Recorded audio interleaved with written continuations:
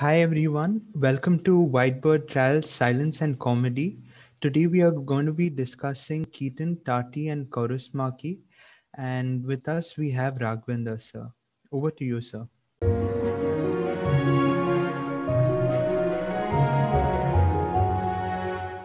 Coming to silent comedy, I think the greatest silence, if you look at the kind of movies that silent comedy gave us, okay, you will probably be, that it may be the greatest, See, when we look at silent cinema by and large, okay, look at Birth of a Nation, even the Russian silence and all that, you're really, appreciating them for what they did given their technical, you can't enjoy, okay, Battleship Potemkin, you cannot enjoy Birth of a Nation. Okay, you're basically appreciating them for their contribution to film language, right? That's basically it. Though of course there are very interesting and very excellent films, but you're always watching it and go, oh, this is what they did, this is what that sort of thing. But I think the silent era, of the comedies, Hollywood comedies, would probably be the greatest contribution. You can watch them again and again, even today, right? What happened with the visual gag, okay, the visual gag which silent comedy gave us disappeared with sound because sound, took it away and make narrative, narrative and situation the basis of humor. So the entire thing of comedy shifted. If you look at the talkie comedies, the quip, the wisecrack, that sort of thing, and it's a far superior, inferior, technically it's far inferior artistically to the visual gag of your Chaplin, of Keaton. The three people, of course, were Chaplin, Buster Keaton, and Harold Lloyd. And their what they did in the realm of cinema is even now. I mean, it's it holds your attention. None of them is dated at all. Okay, all three of them. Okay, now the all three of these comedians, their films are based around the personalities created by the lead actors. You know very well what Chaplin's is a very British kind of stuff. It's his thing of breeding, his pretense. It's a very, it's a British kind of thing. Breeding, aristocracy, the pretenses to all that. That sort of thing is not an American kind of thing. He came from Britain, so this kind of comedy is a very British kind of comedy, which he brought it. Of course, what is British will be appreciated in other cultures as well, but that pretense at being a much higher, a higher social level of a much more, and that too, what social level? Gentleman. It's not rich person, right? Chaplains, it was gentlemen. And this entire thing, gentlemen, European aristocracy, that sort of thing would count much more. Okay. The thing about Lloyd and Chaplin, they worked in the silent era, but the point is that their films, they work despite silence, because Chaplin is always trying to communicate in some way. This tipping the hat. He's a very, his locations is smiling all the time. He's trying to get on with people. So his basis of his comedy is wanting to communicate. Okay. So the question is, silence is forced upon Chaplin. I don't think he realized it, but when he was when he was able to talk, he made his worst films. Chaplin's worst films are all his talkies, right? If you look at something like beginning with The Great Dictator, that long speech he gives, okay, and then with Limelight, Monsieur Verdu. Have you heard of all these? Have you seen these movies of Chaplin? Monsieur Verdu, okay, Chaplin, Limelight, and then last one was King in New York. It's unbearable, I think. A King in New York, Chaplin's. It's quite a abominable film, right? You can't watch the stuff at all. So the question is that Chaplin worked in silence despite, what silence forced certain thing on him, and he worked despite that. The same thing with Lloyd. I think Lloyd silently they tried to adapt to silence, and they were at their best in silence. But they're all people who try to communicate. Keaton is the only one. No? Keaton is the only one which depends on silence. See, what I mean by silence here is slightly, in a sense, is one is the fact that absence of sound is silence, absence of speech is also silence, right? Now, Keaton works on the principle that communication is not possible. Okay, Keaton depends on speech being impossible, speech being useless. That is his entire thing works on that principle.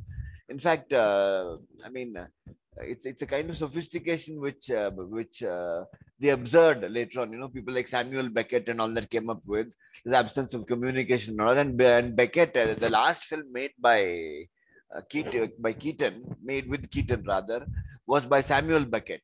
You know Samuel Beckett? You heard of Samuel Beckett, all of you?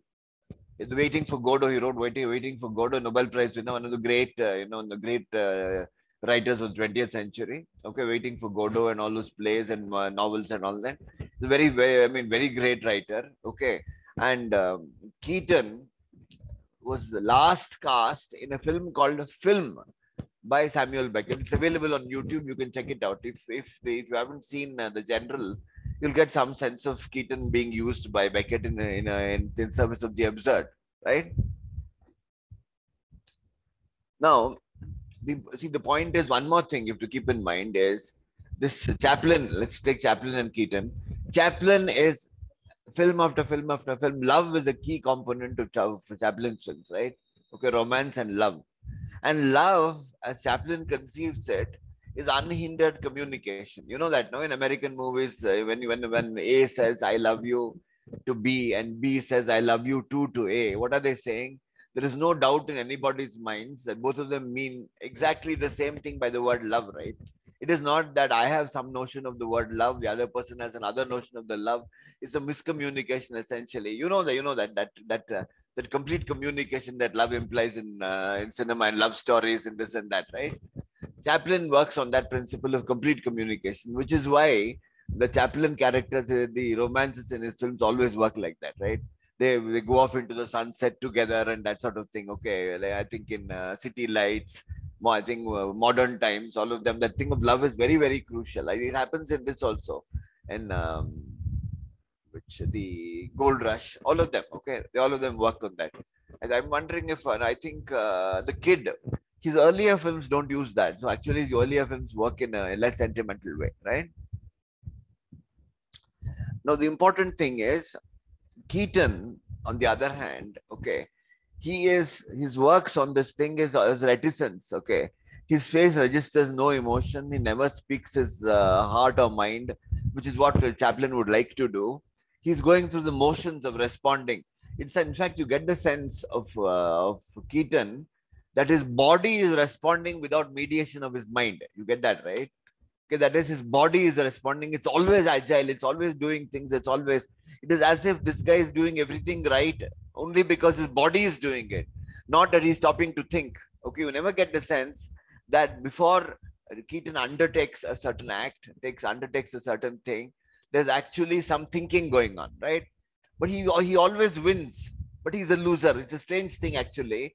Chaplin and Keaton are both losers in some sense, but Keaton is a loser who wins by accident. I mean, that's the basic thing. Chaplin is something else. Chaplin works in some other way, okay? So that this is the kind of thing that he does, okay? Now let's look at, he makes gestures.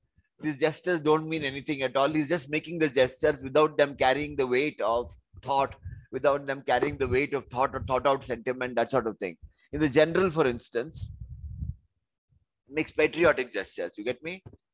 For example, he takes out a sword out, something, right? You remember that scene in the end of the general? I don't know if any of you have seen it. He pulls out his sword from his scabbard. That the blade goes off into the air. Okay, it's loose. It goes off into the air, and there's a guy who's about to take a pot shot at him with a rifle, and the blade goes into his back and he dies. Right? That is the way he does. Then this chap doesn't even realize that. He just looks at his thing. There's only that handle of the sword is there. He doesn't have the thing. Anyway, but he does somehow wins and something gets away with it. Okay, that is the basic thing. Okay. There is, for example, there's one famous scene. I don't know. You should try to see this. You should see this film called Steamboat Bill Jr. Right? It's one of the most famous gags in. There's a storm, right? And this house, this man is on a bed or something. He's sleeping on a bed because something has happened. He's come out into the open. There's a storm, and the side of the house is tottering. It's falling. It's a cyclone, right? Finally, because he can't do anything, Keaton is standing up right in the middle, and the side of the house, the wall of the house falls on top of him. And what happens? He is standing at a window, which means that window falls like this, right? It falls like this on top of him, right? Which means that he is standing up erect, and the window is around him, and the house is fallen. which means he realizes suddenly that the house has fallen on top of him. But the point is, he's miraculously saved because the window was exactly where he stood, right? So then he starts running afterwards, as if, I mean, so no use, in the sense that running is no use. But then he starts running because he thought a little late that this miracle has taken place. I don't know if you've seen this movie. See this movie. I would recommend also write it down and send it to this place. One short film called Our Hospitality. I would recommend that very much. Okay, Our Hospitality.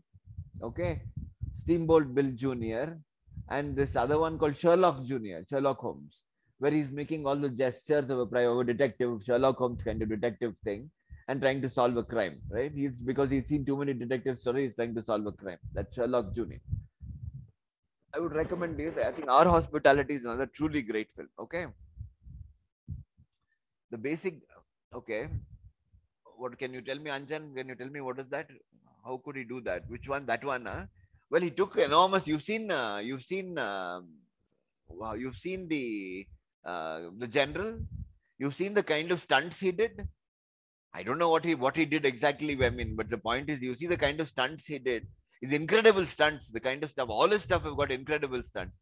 How he does this, how he does it, it's almost like a ballet dancer. He's got this kind of stunts that he does. I mean, but he actually did it because the cinema was very primitive in those days. I would think that house was constructed in such a way that it would fall exactly where they knew it would fall. I mean, it was tied up, at the bottom was tied up or some such thing. So when it fell, they measured it exactly and they did it in such a way that it fell exactly where he was standing. I don't know if you've seen it or have you seen that scene from Steamboat Bill Jr., the house falling on Buster Keaton? I don't know. Okay. Anyway, this is the thing. Shall we go to the next slide? Now I'll talk about the general. Okay. Now the important thing is, general is, it is told from the losing side, right? It is a comedy made from the losing side of the war. There is, in fact, it is based on a true story. It's called this was made into a film by Walt Disney called The Great Locomotive Chase. Are you you know the film, right? It's that the Union soldiers come along and steal a railway train or a railway engine. Okay, and Buster Keaton follows them. It really happened, but the point is, Buster Keaton is a fictional character created there. Okay, in the Disney version, it is told from the other side. Okay, here they tell it from this side. Why this works, that doesn't. Why does this work? Why do you think this entire thing? Could this film have been told from the other side, with Buster Keaton as a Union soldier? Is it possible? What do you think? What is the reason? What do you think is the reason? So the important thing is that regardless of Johnny Gray's heroism, the war is already lost. Okay. You have to keep in mind that he is fighting a losing war. The war is already lost. In fact, in the middle, when he's stoking the engine and he's running along, in the background is the Union army is advancing. They're not looking at him. He's not noticing them. And he's actually, in the background is the war being lost. In the foreground is the heroism of the soldier. You get me? Okay. It is the heroism of a soldier in the middle of a lost war. That's a basic thing. It is only because of that contrast between the fact that they're losing the war and his heroism. And the point is, he is heroic without knowing that the war is being lost, right? Okay. He doesn't know the war is being lost. That's very important, the fact that he doesn't know that the war is being lost. Okay. The entire film works on the principle that the story on which it is told is actually a tragic story, because the war intrinsically, what would happen to Johnny Gray? What would happen to Johnny Gray in real circumstances? Obviously, he couldn't be celebrated as a hero because he belongs to the losing side, right? Who would celebrate the soldiers of a losing side, right? He wouldn't be. So the question is, the important thing is that the film works entirely because, okay, it is told from the point of view of the losing side, and Buster Keaton as a character is a loser, though he wins, because the war itself is lost. Okay. So the question is, so it's actually a kind of fake victory. It's not a real victory for Johnny Gray. It's a fake victory, and it works on account of that, right? It's not unlike, like, for example, you take a Chaplin thing, whatever you may say, hope or no hope or whatever, Chaplin basically ends with victory of some sort, right? He's the thrust out and all that, but there's a better humor tomorrow. If you look at, for example, the closing sequence of modern times, there's a sunset, the people are walking off, they're holding hands and going together. At least there is hope, some kind of hope. Here is the opposite. Okay. That it's a victory. Okay, but actually there's not a victory at all because the war itself is lost. We know that history has treated them badly, that the war has been lost. Okay, this is the basic thing, right? And so the question is, the basic between Chaplin and Keaton is, Chaplin internalizes. He tries to make you understand his emotions, right? He makes you understand his emotions. You want to get into him. You know very well how Chaplin's emotions are. He's very expressive. His face is very expressive. Okay. His emotions, nervousness, this, that, they're all working, right? Here it's not. His body is acting. For example, when he's, this thing of losing the war, you remember that scene? What does he say? What does he say when they're losing the war? What is the line he says? Hilarious line. What is the line? Anybody? Hilarious line. No. I mean, at the beginning, when he's enlisting and they don't take him in, what does he say? Don't blame me if you lose the war, he says. Okay. But they don't take him. When they don't take him as a soldier, when they doesn't enlist him as a soldier, the point is, don't blame me if you lose the war, is what he says. You know, he tries to enlist in the war. He tries to enlist. And when he enlists, actually, they don't take him. The reason they don't take him is he is an engine driver in the railway thing. His position in that is very useful. If he's an ordinary soldier in the war, he'll be less useful. They don't take him, but they don't tell him. They just throw him out. Okay, we don't want him. They throw him out. So he thinks that he's not considered, he's not strong enough. He measures himself against other people and all that. So the point is that finally, when he tries to pretend to be somebody else and enlist once again, they throw him out again. He says, don't blame me if you lose the war. Okay, this is very important, right? Okay, so then the question is, he acts, his body acts once again. His body acts rather than the man. He does not internalize, right? See, for example, that scene, right? That those two boys are there. There's a scene, right? No, patriotism is not mocked. Patriotism is not mocked. Okay. He's not making, it's not an anti-national film or anything. His patriotism is not being mocked.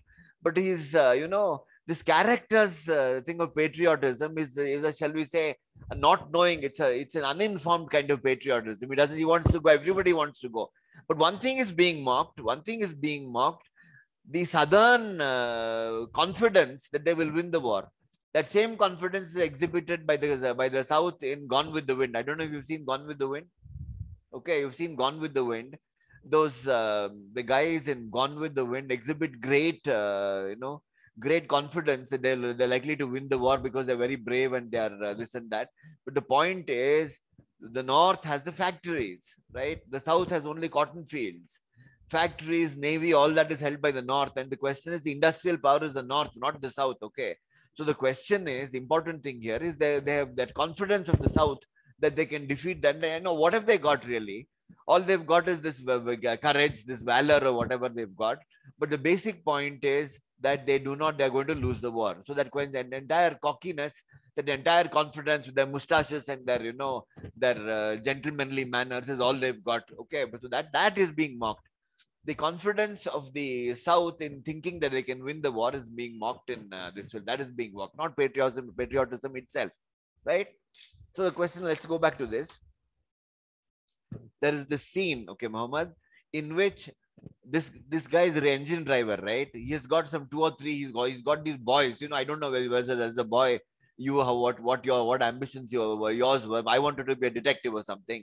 Other boys want to be policemen. Others want to be travelers and that sort of thing.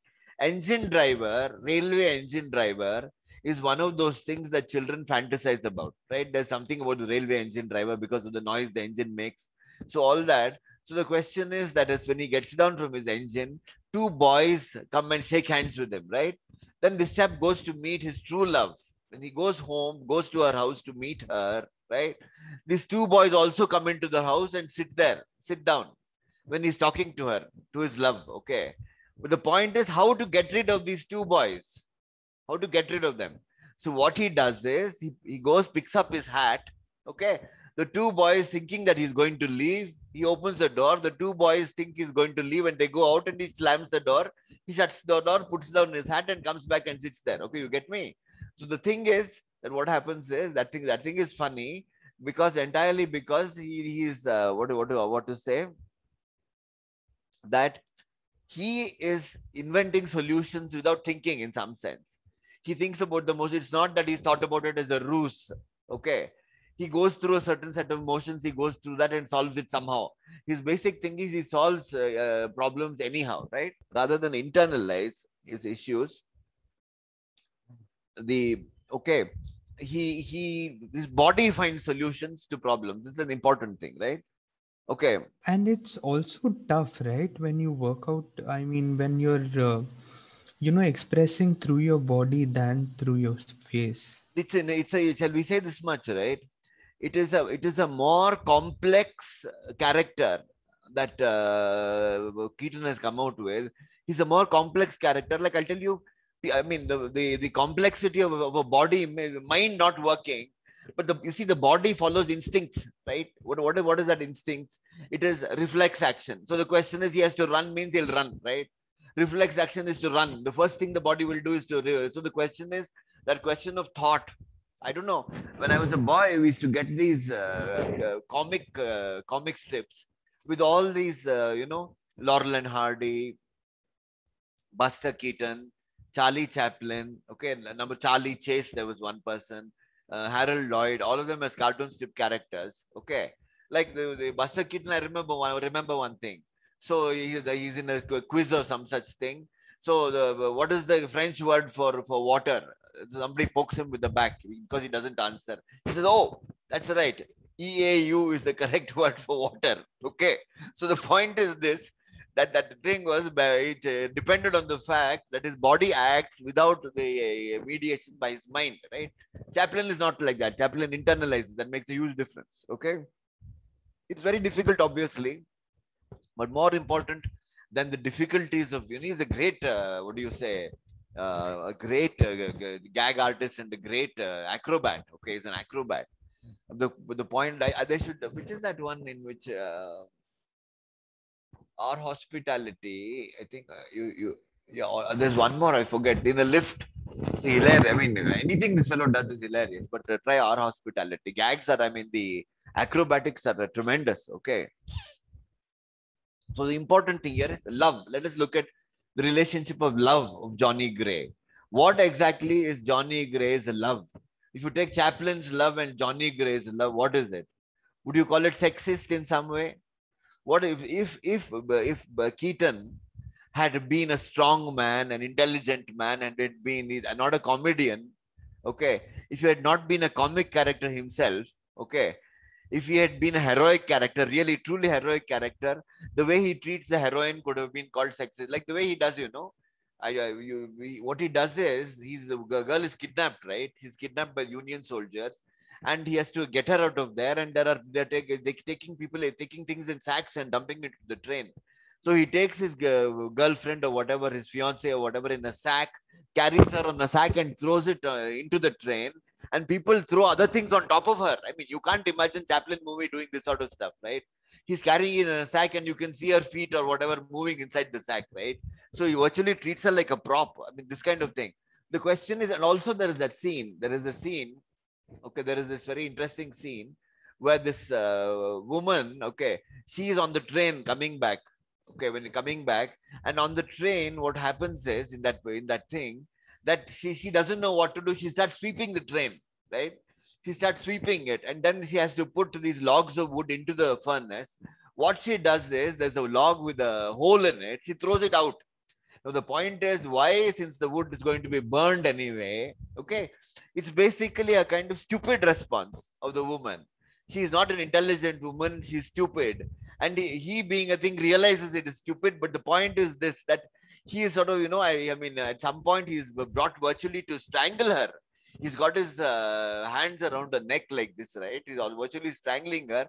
But rather than strangle her, he gives her a kiss. Okay, this is the way he does it. So the question is, the entire thing of love here in Keaton's thing is a very different kind of thing. It is not Chaplin's kind of love, right?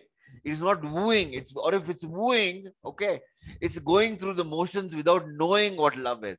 Am I making any sense here? Please, I would invite a Yes, response. yes, You yes. are, okay. Yeah. It's going through, yeah. So the question is that he's going through the motions of social motions of love, of heroism, of everything without knowing what these motions are, right?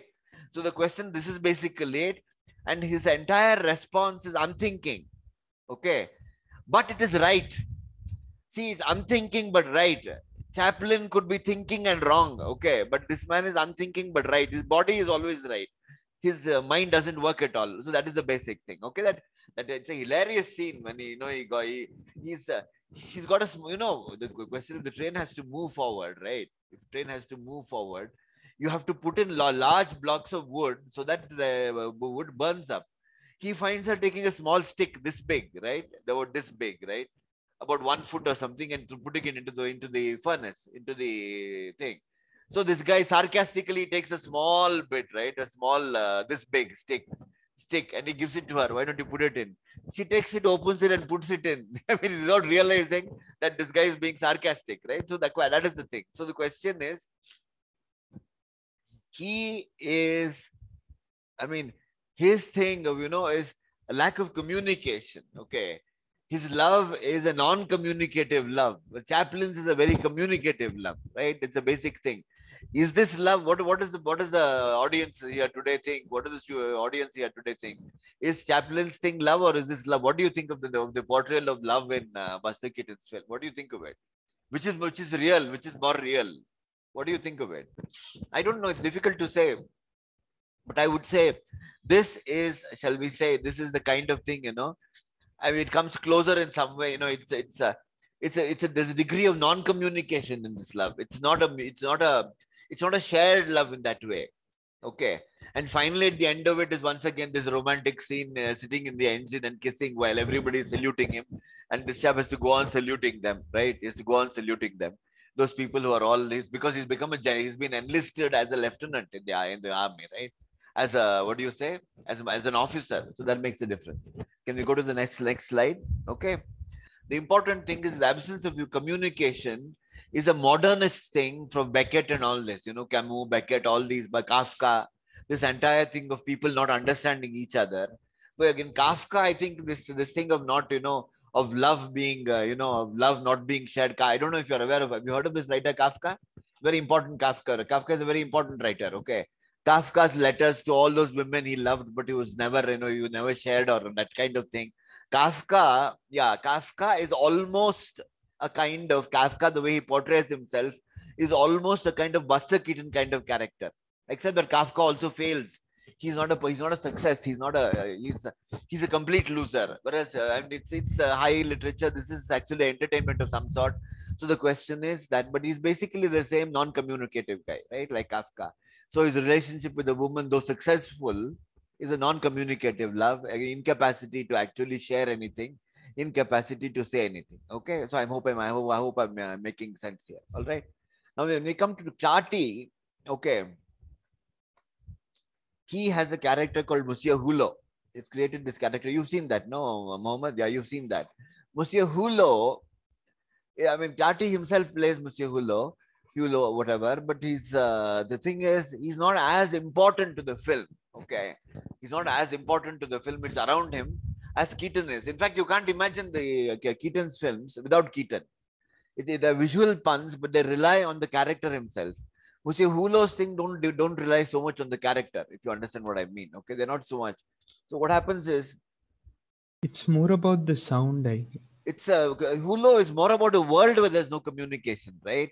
Here it is about a guy who is not able to communicate. In Hulot, nobody understands communication. They're going through motions. They're doing this. They're going to see, for example, in this particular thing, people are, okay, Hulot is also a loser. He's trying to get on. He doesn't have a job. He's got a car which goes on, tuck, tuck, tuck, tuck. It keeps on making a sound. Okay. But the point is this, nobody takes him seriously. Give me an example of why nobody give an eloquent example of people not taking him seriously. Can you give me an example? Anybody? One early part in the film, hilarious. I think it's a great sequence, one of the great sequences in cinema. You recognize this scene. You remember the dog in the road? The dog? It's lying in the road and this fellow's vehicle comes. It's got poop, poop, poop. It's doing, right? And the dog does not get up. It has got up earlier. It's a big dog. It's a friendly dog. But it lies in the same point and wags its tail, right? Okay. It does not get up from the road, and this fellow goes on, and after some time it gets up. How he did it, I don't know. I mean, because the entire thing is a single take. There's no cut. right? He allows the dog to get up. I mean, I would say that Tati is one of the great filmmakers because he understands the gag, it understands visual language, right? The Tata, this Keaton, I don't know how much, I don't think he had too much control over his filmmaking. But the point is, Keaton's cinema depends entirely on his body, his movements, his thing. Hulo is not like that. Hulo is, without him, the films work, right? Because of these, got a spent a huge amount of time. I mean, Tati spent a huge amount of time trying to get these gags, trying to. You remember that scene in the paint box with the paint thing, right? It's floating, and when he's painting this, and then that thing goes to the other side. He has caught it without a cut, right? That's incredible. He's actually catching, he's catching live action. Okay. So, and I think even the sound also, sir, the sound also, makes you laugh. Yeah, correct. Yeah, he The does. sing Yeah. sound. That's true. He uses all the point is, unlike Keaton, Tati uses silence. He opts for silence. Okay. And silence here is once again absence of communication. In fact, for example, I don't know, Monsieur Hulo's Holiday doesn't even need subtitles. There are something, Mahalo, because the conversation is completely nonsense, right? It's completely nonsensical thing. For example, social convention. I mean, there are things you're supposed to do. When you go swimming, you're supposed to come and wipe yourself, right? But the point is, he's got this towel outside him, right? There's a what do you say? A pillar or something, a pole or something behind him. He's got thing and he's wiping that. He's wiping actually the pole. He's not wiping himself at all, right?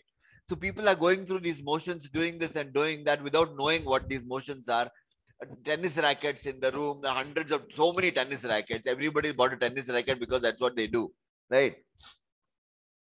Okay, everybody is in thing to enjoy themselves. Okay, their enjoyment is there. They're all there to have a good time. Nobody knows what that good time is. We don't know exactly what it is, but they are there and they're trying to have that good time. Okay,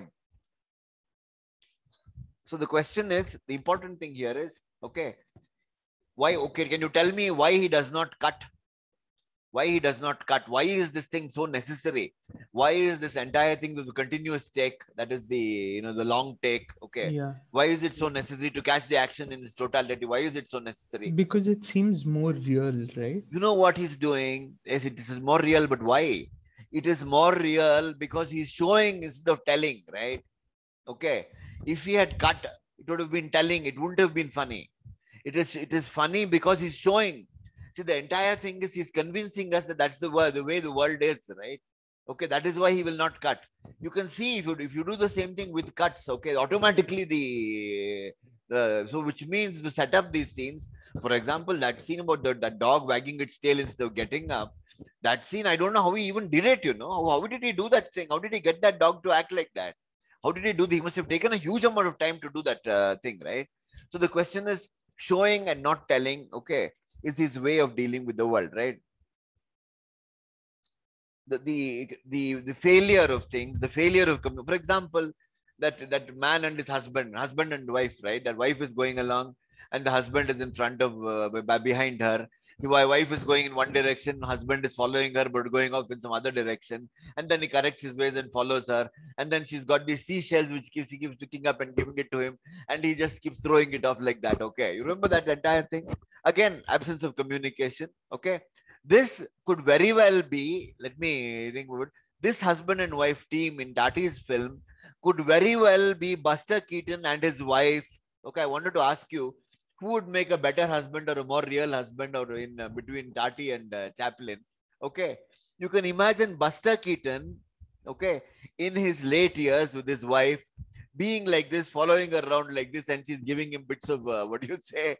What are they? These seashells or something, and him throwing it away like that. You can imagine that. You can understand that. That's the difference between that. It's basically a non-communicative world where people don't understand each other. They go through certain motions. They go through various things. It's convention. It's all completely convention. It would also, you will find this in Louis Buñuel's Phantom of Liberty, that people do things because they're required to do so. It is demanded of them in certain situations, and not because it comes out of their actual thing. For example, all the kind of talk that Buñuel engages in Phantom of Liberty, It's not meaningful talk. You get me? Okay. It's not meaningful talk. It's nonsense, basically. Okay. Which he, I mean, and this banalities. And then, I mean, Buñuel's film, nobody talks sense. Very little sense being spoken. People are talking banalities in some way, right? Yesterday, I saw Buñuel's Exterminating Angel. Have you seen that? Exterminating Angel? Exterminating Angel is another. Okay. It's another great film. Okay. But the point is, society is full of maladjust people at cross purposes, among whom Hulo is an extreme case. Okay. Hulo is again like Tati like Keaton in the sense that somehow he seems to work out. For example, his tennis match that he plays with that thing, he foxes everybody, defeats everybody. But the point is that the defeats are so convincing that there's no pleasure in it at all. Or completely one-sided. People who want to beat him can't, because that thing doing that with his hand like that, no? That thing he does that with his hand completely defeats everybody. Okay. That is the thing. Okay. So the question is that what is the only communication which takes place in the film consistently? A person who's always understood, who's speaking and understanding himself. Understanding who? Can you name a person?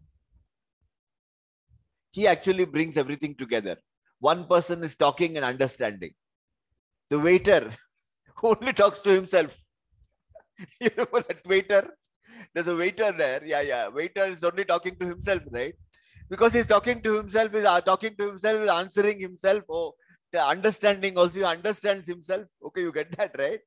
That waiter is like that, right? So the question is, this entire communication is solved only by the waiter who's talking to himself. Okay, everybody else is trying to talk to other people and not making themselves understood. That the waiter is trying to actually making himself understood because he's only talking to himself. Okay, so the basic thing is the futility of communication is the central thing of the film, and shall we say convention. It's not bourgeois convention as what's his name, as Buñuel would have it. Okay, as Buñuel would have it, because Buñuel is a political filmmaker. Tati is not a political filmmaker, so there's no political sense to be got from Tati that this is the class which is that. It's generally a question of social convention. Everybody doing something, going through motions, doing this, tipping their hats and that sort of thing. None of it has any value. For example, you take that funeral wreath. These visual puns are there, right? The visual puns, the funeral wreath and the tire which has got something stuck on it, right?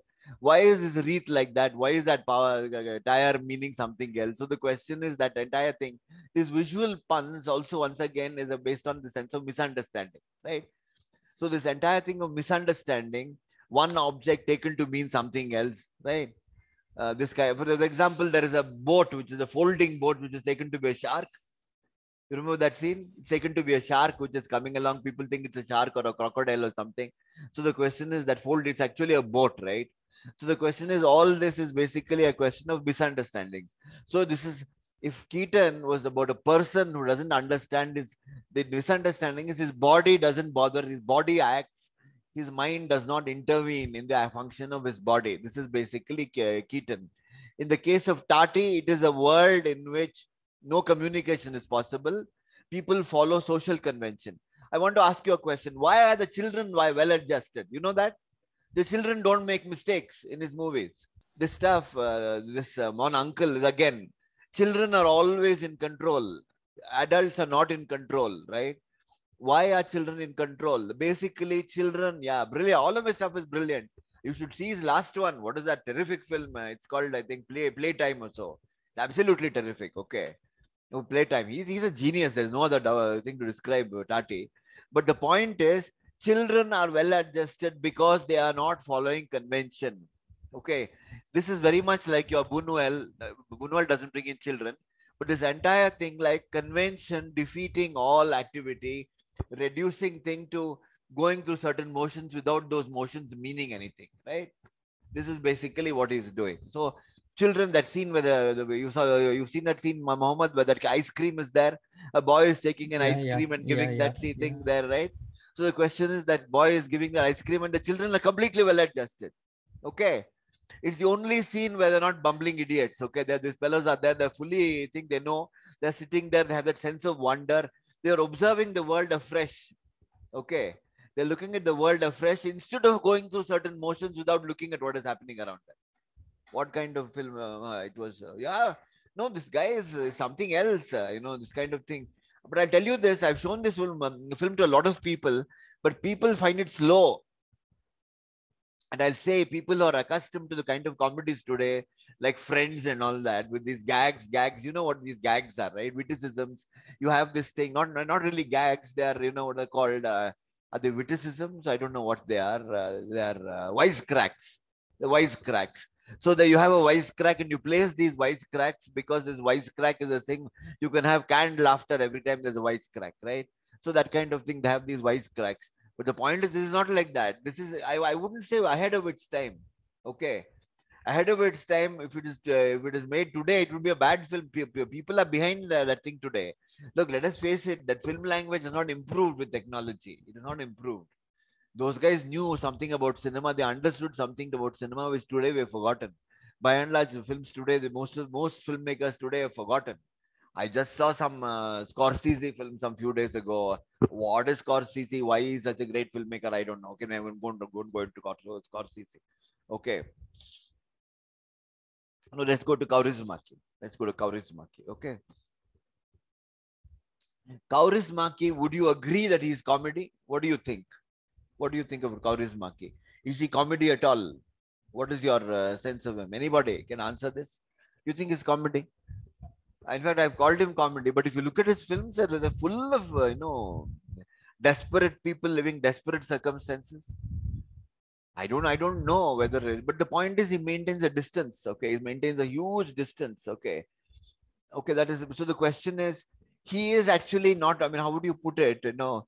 It's a certain comic vision of the world.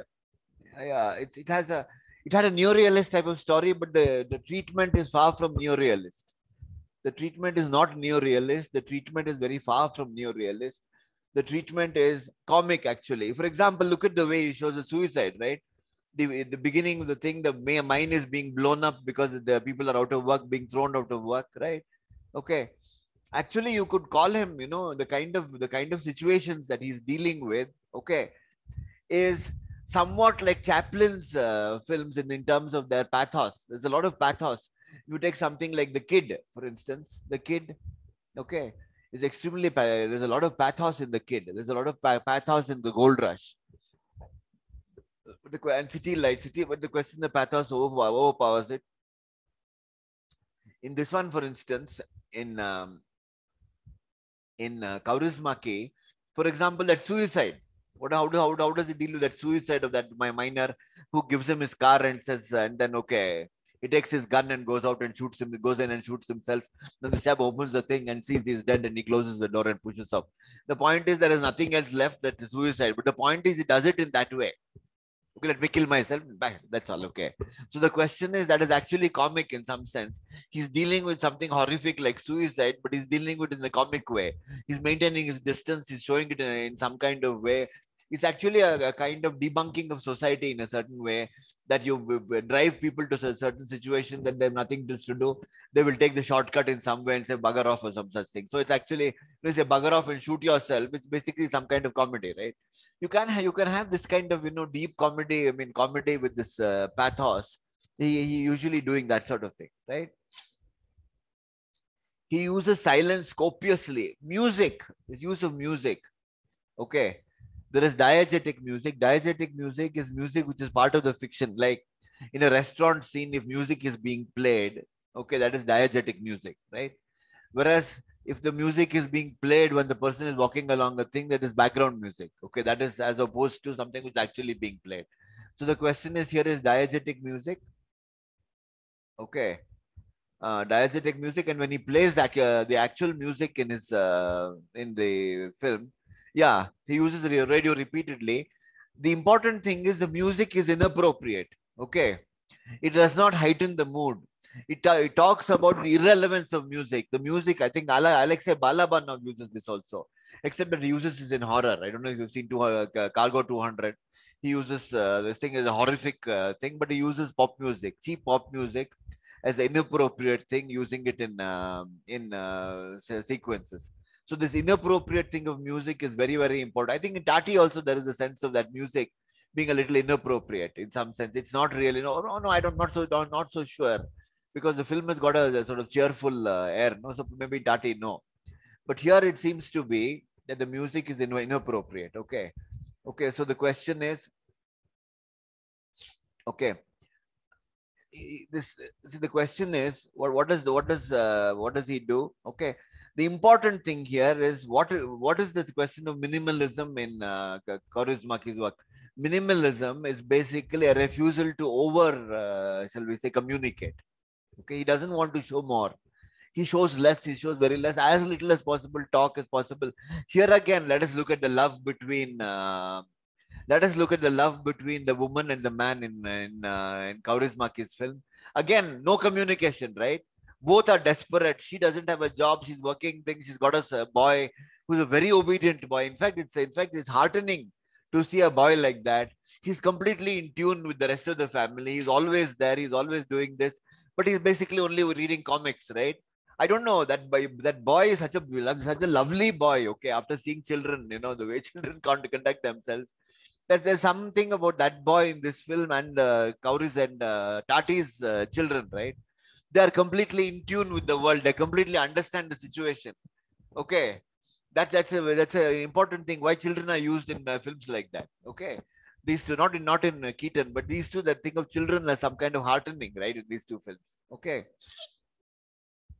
Okay. So the question is, okay, when he commits suicide, it is like saying he couldn't do anything, he killed himself. So there is that, he will not dwell on it. So the question is, people are resigned. Okay.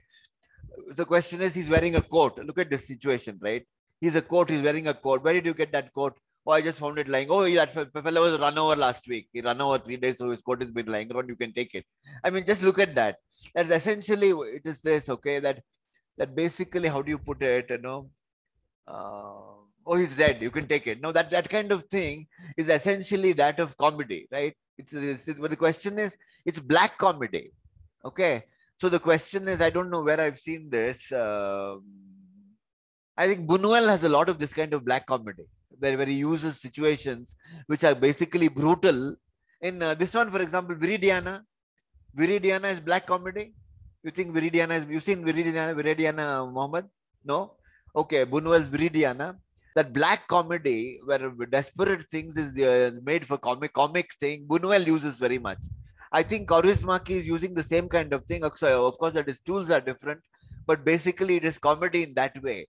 He is talking about a society in which a man's death, a worker's death, only means that his coat passes on to some other person who needs it. Okay. Nobody is going to cry over a worker's death. So basically, he's not going to weep over it as the way a Marxist filmmaker would, an obvious Marxist filmmaker would. But he is going, I mean, when I say Marxist filmmaker, I mean the kind of sentimental Marxist filmmakers. He probably has certain working class beliefs and all that, but he's working against that. So his entire thing is to work against that thing of pathos and to present it as comedy. So the natural thing is pathos, you work against that, you make it as comedy. That becomes very useful. That is why he would do it. Okay. Okay, now I want to ask you a question. You remember that scene? Since I think Anjan has seen it, I don't know how many more have seen this movie. Okay, this one, Ariel. What about that scene? He's in a poorhouse, right? Not in a poorhouse. He's on one of these, these lodgings where you pay for the night, right? The person sitting in the next bed has got a picture of Christ next to him. Then this man goes and he goes and breaks a glass or something in a photo studio. And then he gets a big picture and he puts it next to him. What do you make of this, Anjan? Anjan seems to be the only one who's actually seen these movies. What do you make of it? No, you know what? It is simply that Christ is arbitrary to have Christ's picture next to you. Okay. You want to have a picture of Christ? I don't have to tell you why I'm getting this picture. I'll break a thing and get a bigger picture and put it next to him. If you're going to worship Christ, I'm going to worship this other fellow with a bigger picture. Okay. So the question is, you got Christ, you're going to worship Christ. You don't know why I'm getting this picture. He's got a 1 foot by 1 foot Christ. This fellow's got a 2 foot by 2 foot big picture of some unknown character. He'll put it there, okay, next to him. Okay. That is comic, right? I'll put it here next to me. Okay. No, first of all, it's going to dwarf your Christ. You're so bloody, you're looking at it so secretly. Yeah. He has no religion. He has no belief in Christ. It's almost a Bunuel-like negation of religion. Okay, it's a Bunuel-like negation of religion. That you've got a picture of Christ, you go on doing this and you treat it like something sacred. I'll have the sacred of some unknown person whose picture I got from a studio. You get the comedy here, okay? Okay, just break a studio, somebody unknown person you'll pick up his picture, some old man picture, you'll put it next to it on your thing. That's sacred to me. I will go on worshipping that. You worship your Christ. Since my picture is bigger than your thing, my fellow is more important than your Christ. This is basically it. You get me? So that basically that entire thing that way works is that comic thing of anti-religious in some way. You're saying you make such a big thing of Christ, I'll make such a this unknown fellow. It means nothing to me. This unknown fellow could mean more to me than Christ means to you. Okay. Love again, when it comes to love again, in this particular case, what is love? Love is not like Tati. It's not an absence of. See, here again, it's not like Tati. It is not like Tati. There is no love at all. But I'm saying it is not like Keaton's love. Here it is it is not a failure of communication as much as there is nothing to communicate. It's a shared thing. Both of them are shared. Okay. They will just get married. They want a ring. So he goes on a lathe because he's working on a lathe. He takes some metallic object. He cuts into a ring using a lathe, right? So that becomes the thing, and they get married, and the child also comes along, and that is the basic thing. Go through the thing. You are also desperate. I'm also desperate. You got nothing to do. I've got nothing to do. Okay. So just look at this movie. In my view, this thing of a person, leaving Finland, okay, going away to Mexico or some such thing.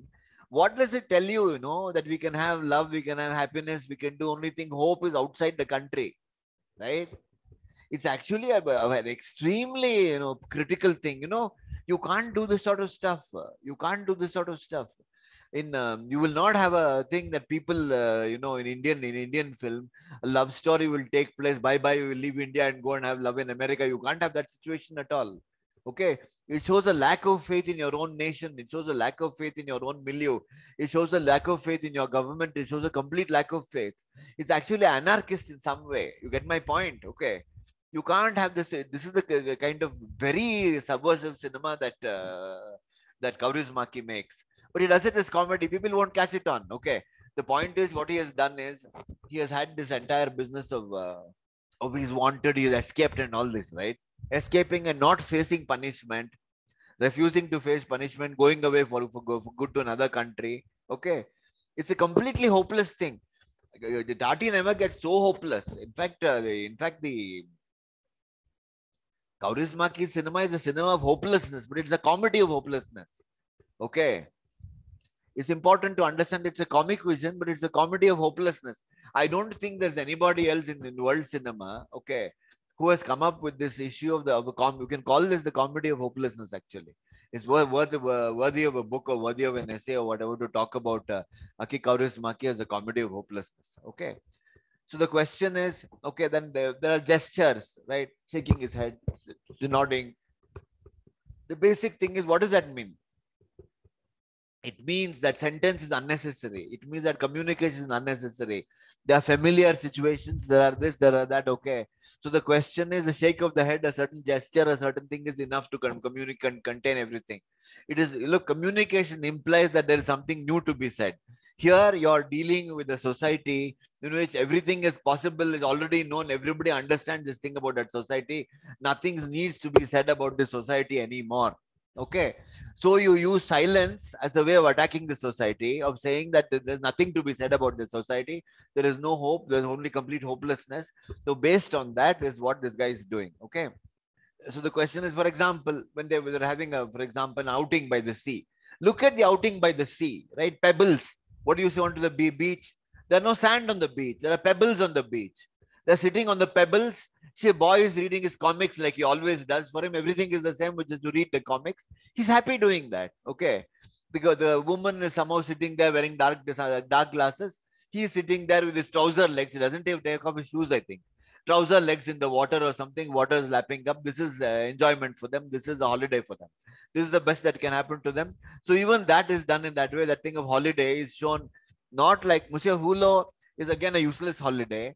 where everybody pretends to enjoy himself, doesn't enjoy himself. Here it's not possible at all. You sit in a pebbly beach, you're sitting there, nothing is possible. This is the way he's doing it. Okay. So the question is that it is basically all this pointing to a comedy of hopelessness would probably be a new way of dealing with it. Now let's go to the last slide. Okay. Just one thing, Yeah, even please. Kaurismaki was inspired by Ozu also, right? A lot. Probably not, but their sensibilities are completely different. Ozu is also minimalist. What is the Ranjan? What did he say? Yeah, Ozu is also minimalist. He'll say very little, but the point is, Ozu. See, you've got an interesting question here. See, Ozu, okay, is not comedy at all, right? It's not comedy at all. Expresses himself. There also he's dealing with social convention, but in Ozu's case, there is a sense of acceptance of social convention. You get me? Tati, there is no acceptance of social convention. Okay. Tati does not accept social convention. He is making fun of Ozu. Is not, I don't think Ozu has ever been funny in any movie. Okay. So the question is the fact that he's minimalist. Bresson is minimalist. Ozu is minimalist. Okay. But Ozu accepts, there's an acceptance. In Tati, there's no acceptance. In Kaurismaki, there's no acceptance. Right? Okay. So the question is all these are basically subversive. In even in Keaton, there's no acceptance of his situation. It just happens. He's not, of course, there's no social criticism in Keaton. There is social criticism in these two. So, but the Ozu, that is not there. There's no social criticism, but there's a certain acceptance, like Mizoguchi's early movies. There's a certain acceptance of his condition in thing. What is that Anjan asked? Some question he asked. I don't know what it is. Can you tell me what that is? Chat. I don't know. I'll read it out, sir. I'll read it out for you. Yeah. The hero arrested by the police, there was a CCTV, but Okay. nobody checked it. He could Yeah. have Correct. avoided punishment. Yeah, it's possible. Correct. You got a point there. That exactly. I mean, he knew that. Like CCTV is there, right? But the point is that I think if you look at it carefully, you will find that certain things happens outside the range of the CCTV. It happens outside the range. You just check that out. He catches hold of him through the bars or some such thing. I remember that this occurred to me. There is a certain thing that CCTV has a certain range, right? I think I just have a look at this movie. It happens outside the range of the CCTV. So the CCTV would not bear it out. Okay. We just check that out. I think he's taken care there. Okay. It doesn't come. The CCTV, it's outside the range that it happens. You just check it out on that film. Okay. The hooligan attacked him, but it's somewhere else, right? There's no evidence. It's a memory carried over for several days, right? So that makes a difference. Okay. Why was the CCTV shown? That I think what he's doing, what CCTV doing is that CCTV doesn't work. That's all. Technology doesn't work. Okay. It is supposed to work. It was supposed to work, but the point is it doesn't work. That it works only under certain conditions. We take so many things for granted, but the point is technology works only under certain conditions. It will not work all the time. It works under certain very restricted conditions. That's all. Okay. You cannot presume that technological society will be a panacea. That's what he's saying. Basically, technology is not the panacea to problems, right? Can you remove corruption by introducing computerization? No, right? Corruption will not go. For example, there's a lot of things in the IT sector thinking that, there was a belief that you introduce computerization at every level. That means nobody will take bribes because the computerization will prevent bribes. That's not true. They found other methods. They'll find all kinds of methods as corruption come down because of computerization. The IT sector has stopped talking about it now, about corruption being removed by this entire technology. So you can't do that. So the question is, there's actually a lack of faith that technology will follow, will give you, that you can take it as that. Lack of faith that technology will give you solutions. Okay, it's taken as that. Now, what do they have in common? That there cannot be. Basically, what are the various things? That sense of understanding between human beings is minimal. Okay, love is an impossibility, as communion, as mutual understanding, as complete. As a mingling of souls, as sentimentalists would like to believe it. That is not possible. Okay. Why are all three funny? Okay. The reason they are funny is humor is largely based on misunderstandings. You think about every single joke you've ever heard, right? Okay. Sardarji jokes, Santa Singh, Banta Singh jokes, you listen to all these things. Most jokes are based on misunderstandings A misunderstanding is a key component of jokes, right? Okay. Since misunderstanding is a key component of jokes, these fellows are funny because of that. And the question is, they've used silence and lack of communication as the key motive. That misunderstanding is not simply a characteristic of a situation, but it's a characteristic of the world itself. Okay, lack of an understanding. So the question I think because they are dealing with misunderstanding as an essential condition. That is what makes their entire films comic. You get me? Okay. Bresson is not, he's minimalist. People don't talk very much. Okay. But Bresson is not going into, is not comic because Bresson is not interested in communication between people. He's more spiritual in the sense of inward in that way. Looking at the thing, what is the reason for personal motivation? What do I have to? What is the inner thing? What is right? What is wrong? Moral issues. Bresson's okay. Ozu is seeing this thing of convention. Okay, Ozu has some faith in social convention. The social convention, you have to behave. A father must behave towards his daughter the way a father is required to behave towards his daughter. Okay, that is necessary. So Ozu is also minimalist. Ozu is not funny. Bresson is not funny. Tati is minimalist and he is funny. Kaurismaki is minimalist and he is funny. Okay. Keaton is an actor. He's not really a filmmaker in that way. But these two are minimalist, especially Kaurismaki. So the question is, that is funny. Okay. This is the reason. Now the question is, this miscommunication also happens in tragedies. If you look at something like Romeo and Juliet, okay, how do Romeo and Juliet meet their ends? Because of a miscommunication, right? But the point there is that communication is possible, love is possible, everything is possible. Even in Hamlet, the question of miscommunication is very important to Hamlet, right? The important thing is miscommunication is an exception which creates a tragic moment. Okay, it's an exception. The question is, communication goes along, but a miscommunication comes, it hampers everything and throws everything out of gear. Here, it is comedy because the characteristic of the world itself is miscommunication. You get me? Am I making sense here? Okay. That is the way these three people work, and that is the way their humor depends on this. Depends on this thing in miscommunication. Okay. A Chaplin does not deal with miscommunication. Chaplin's talkies make it evident that Chaplin is loquacious. Okay, he tends to talk far too much. Okay, he's verbose. He's verbose. He talks. Okay. Keaton is not like that. Keaton's thing is not based on that. Keaton is based on miscommunication. Okay. So the question is, this is the basic thing. That finally in Kaurismaki's thing, that basically everybody is by himself, but we have to get on. People economic circumstances of some sort have to get on. It is not necessary for the man and the woman in Ariel to love each other through communication.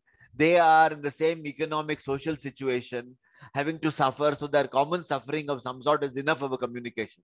Nothing more needs to be said. They need not understand each other. They suffer together. That is enough to bring them together. Anybody, please? Any questions? I'll be happy to take them. Yeah, There is a Hulo's, yes, yeah, Hulo's the way he walks. See, the Hulo's walk mimics confidence, but he does this thing all the time, right? Yeah, on toes, on the toes all the time, because look, there's a certain, shall we say, pretense at confidence. Okay, without having the real confidence. He's a loser, right?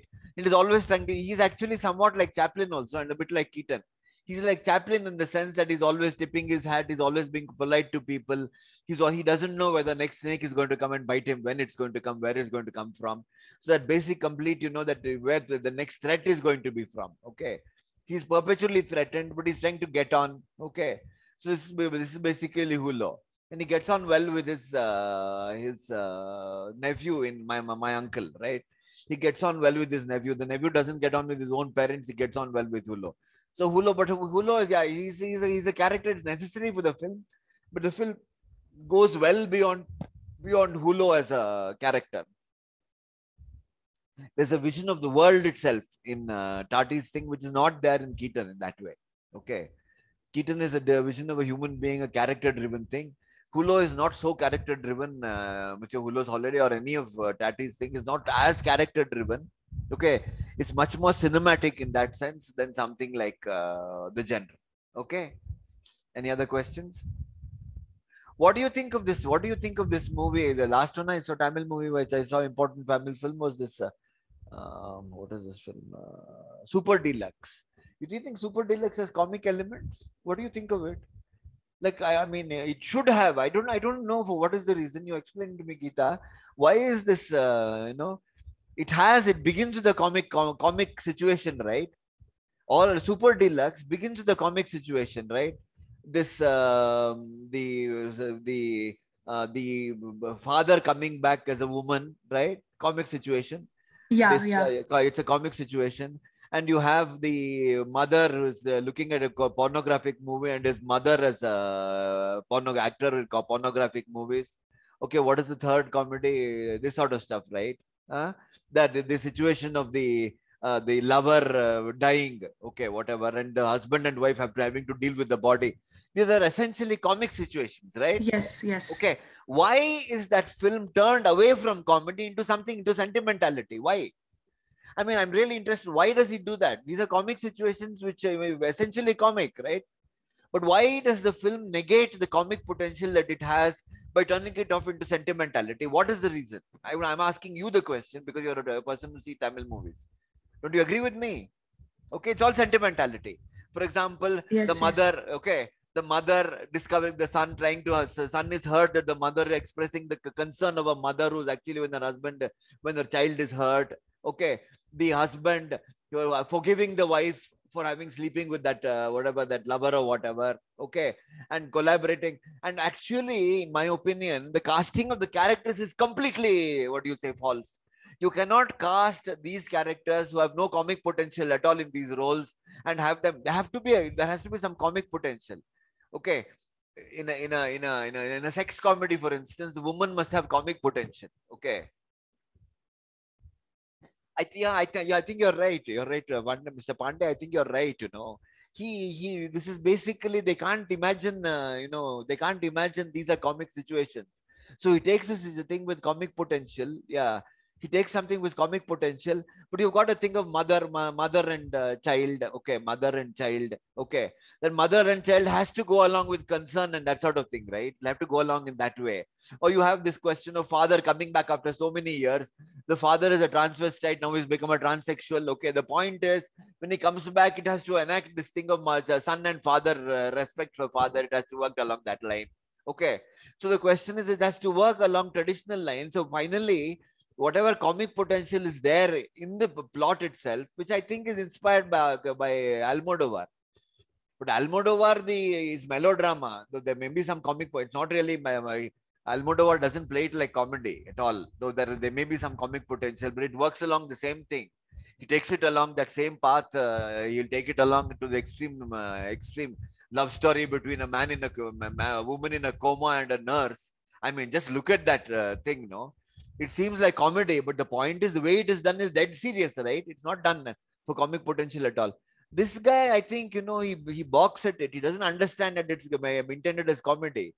If he had intended it as comedy, who would you cast? Would you cast that woman and that lover and that husband in those roles? Who plays the husband? What is his name? The person who plays the husband. What is the name of the actor? Malayalam actor. I've seen him in this. The husband, the lover husband, that thing. Yeah, yeah. He has no comic potential at all, right? Yeah, he has no comic potential at all. He can't do comedy at all. So why cast him in the role of the husband? You would cast a comic actor in the role of the husband. Why do that? Because I'll tell you why. That man cannot be laughed at. We are very particular about what we laugh at. Indians are very particular. You can laugh at this, you can't laugh at that. That is the basic thing about Indians, right? So he does not take that chance. The comic potential is squandered. This is my understanding of the film. Okay. So the question is, I suspect, okay, that the so-called black comedies in Tamil cinema will go along the same path. I suspect. I would welcome it being proved wrong. They don't have that sense of what is comedy. They will be, society demand what somebody said. Yeah, society demands that a father and a mother and son relationship has to be in go along traditional lines. Father son thing has to go along traditional lines. Okay, the lover wife thing has to go along certain lines. Adultery has to be treated in a certain way. Police have to be treated in a certain way. Okay, Mr. Bean, okay, a few points about Mr. Bean is he uses silence, but he is not like this. It is not about communication. Mr. Bean is not about communication. He's using the tricks of these movies, okay? He's using the tricks of these movies to, I mean, to get Mr. Bean as some kind of person who, I don't know. Is Bean a character at all? He's a clown of some sort. Does he constitute a character of any sort? I don't know. Look, I can clearly understand this man's Keaton's character in the film. Mr. Bean, he's a bumbler who does all kinds of things. I think it's still situational comedy. They're not visual gags. I think it's situational comedy. That entire thing, yeah, it's situational comedy. I don't know. I think Keaton would, I'm not saying who had more love for her. I think Keaton would make a better husband, okay, than Chaplin. Okay. I think Chaplin would probably murder his wife. My feeling is that, okay. Chaplin would probably, there is some, I don't know, have you seen this? This is the thing I find about Chaplin. Okay. Raj Kapoor, Chaplin, Woody Allen. All three, I find the characteristics in all of them. Okay. Okay, I find this characteristic in all three of them. They have a huge amount of narcissistic self-love. Okay. Okay. Raj Kapoor, extremely, he loves himself. Okay. His love is basically a woman accepting him. Chaplin also, the woman learning to love him. Okay. Chaplin is a ridiculous character, right? He's a ridiculous figure. But every film ends with the woman learning that underneath that ridiculous thing is a golden heart. All his films are like this. Chaplin, I mean, his feature films, right? Which means the Chaplin character wants to be loved, but the question is that would that woman be capable of loving him like that? There's an idealized love here. Would she be capable of? If he found that the woman did not love him as much as he loves himself, Chaplin, I think he would murder her, right? This is my sense of it. Keaton, okay, because he's more realistic, he knows love for what it is. Okay. They would probably be like the husband and wife in Tati's film, right? Husband following the wife, throwing those, what are they called? Those seashells, right? There is acceptance there. Okay. The wife is going along, they're perfectly harmonious. Okay. There is no harmony there in that relationship. It's very important that the harmony is there. That husband is not going to kill that wife, but I think Chaplin would have killed the wife. Okay. The Chaplin character would, I mean, I think, this may sound blasphemous, but I think that Chaplin character has got so much self-love, okay, that when he found that the woman was actually loved herself more than she loved him, he wouldn't be able to take it. This is my sense. What do you guys feel? This is my sense of it. What is your sense of it? What is your sense of it? This is my sense of the Chaplin character. I think What do you you're think? right. You're very right. And the way he idolizes also Chaplin in a way. Yeah, but I think this is the sense, idolizes that love. But the point is that love is completely in the sense that it exists only in his head. It exists in his head because he thinks that the woman is a projection of him. He loves himself, that the woman will love him like that. That is the praise. Basically, the woman in Chaplin's mind is only a projection of himself. You get my point? Whereas in Keaton's films, the woman is actually a separate person. Okay. There is a feeling that communication is not possible, but he accounts for her as a separate person. Chaplin will not. This is the basic thing I want to make, point I want to make. Chaplin is narcissistic. There's no acceptance. Yeah, this is so I no think acceptance. that, yeah. I think Chaplin, that's what he would have been. Chaplin would have been a wife killer. This is my sense, This is the way I would say a Chaplin character, if you push to the extreme, that's why he would have behaved. Because that love for himself would be too strong. Raj Kapoor, some of it is so sexist. Raj Kapoor's things, the way he treats a woman in some of his movies, okay, it's extremely sexist. The woman touches his feet, this, that, this great respect, reverence. The man showing no interest at all, smoking a cigarette and pushing off, and the woman, desperately trying. You have the same. Woody Allen, young women all the time falling in love with his wit. He's saying, he tries to dissuade them, please don't, there's nothing in me. But they're all desperate. If you look at Manhattan, you look at all that, desperately young girls falling in love with him. You remember this Woody Allen? The same narcissistic thing, okay? The same thing, that he is so lovable. Woody Allen is so lovable, okay? That he is so lovable, his wit, his sense of humor is so much that people simply cannot, that sense is there in all three. In fact, it's worth a book itself. narcissism and comedy is worth a session also, but I think I've already made my point. I don't think there's any more to make. Okay, this is it. Any other questions? Bunwell theory, I think you guys should try less exterminating angel. It's a very interesting thing, okay, of people going to a party, upper class party, okay, a formal upper class party where all the bourgeoisie meet, kind of thing, party getting over and then not leaving. They don't leave. Everybody stays behind as if it's not impossible to leave. What do you think it meant? I thought about it for a long time. Okay, they can't get out at all. Okay, they choose not to go. What is the reason? I mean, it's a very interesting film, you know. I mean, it's I mean, it's not part of this session, but it's such an interesting film. Why? What is the comedy in that? Why is that film work? What is this Buñuel doing in that film? They can't get out of the house at all, where they've been invited for a comedy, for a dinner. The dinner is over and they can't get out. This is a very interesting thing. Anyway, this is the thing. Any other questions? I'll be happy to take. The issue is not how to shoot a film. Okay. The issue is not how to compose a picture, image. The issue is what kind of stories to tell, what to portray in a movie. That's much more important.